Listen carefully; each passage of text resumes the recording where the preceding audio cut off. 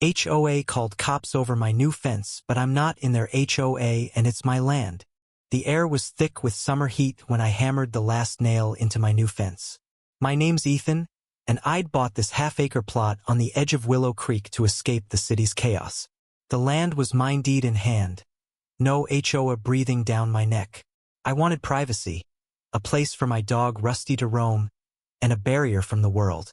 The 6-foot cedar fence was my declaration of independence. But I didn't expect it to ignite a war. It started with Karen. She lived in the HOA-governed cul-de-sac next door, her manicured lawn a shrine to conformity. The morning after I finished the fence, she stormed over, her blonde bob bouncing with righteous fury. "That eyesore's against code," she shrieked, waving her phone like a weapon. "It's too tall, too rustic, and it's ruining our property values." I leaned on my shovel, calm but firm. "Karen, this is my land. I'm not in your HOA, check the records." Her eyes narrowed. "We'll see about that." By noon, a cop car rolled up. Officer Daniels, a wiry man with tired eyes, stepped out, notepad in hand. Karen trailed him, smug, reciting HOA bylaws like scripture.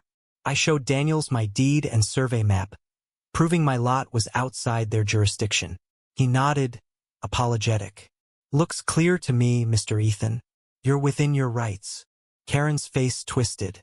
"This isn't over," she hissed, storming off. I thought that was the end. I was wrong. Over the next week, the HOA unleashed hell. My mailbox was stuffed with threatening letters, citing fake violations. Neighbors I'd never met glared as I mowed my lawn. Then, my fence was vandalized, red spray paint scrawling, "Tear it down."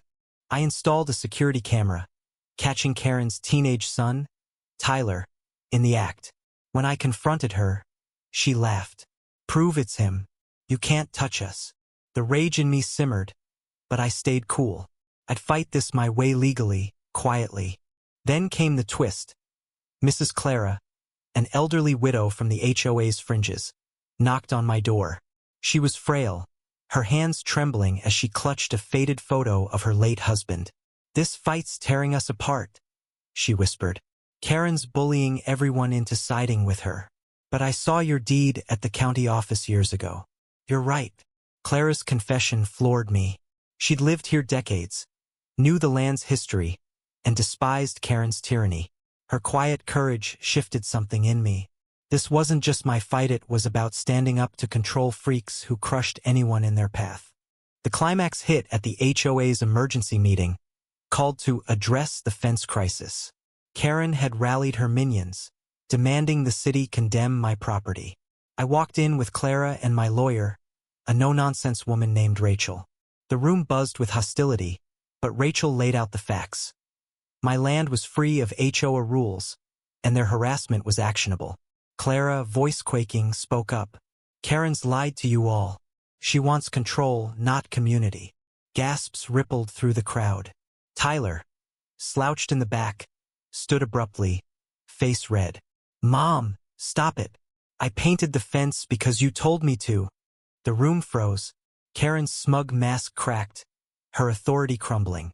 I thought I'd won. The HOA backed off, and Karen faced a vandalism fine. But victory tasted bitter.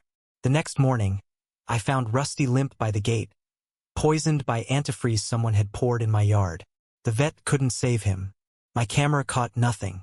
Karen denied it, her eyes cold as she drove past my house. Clara wept with me, but the damage was done. My haven was poisoned, my trust in people shattered. I sold the land a month later. The fence still stands, a hollow symbol of a fight I never wanted. Karen's still queen of her cul-de-sac, her power dented but unbroken. Clara moved to her daughters, unable to stomach the neighbors' silence. I drive by sometimes, wondering if justice ever finds its mark. The bitterness lingers, a wound that won't close. What do you think holds truly accountable when community turns toxic? And how do we draw the line between personal freedom and collective harmony?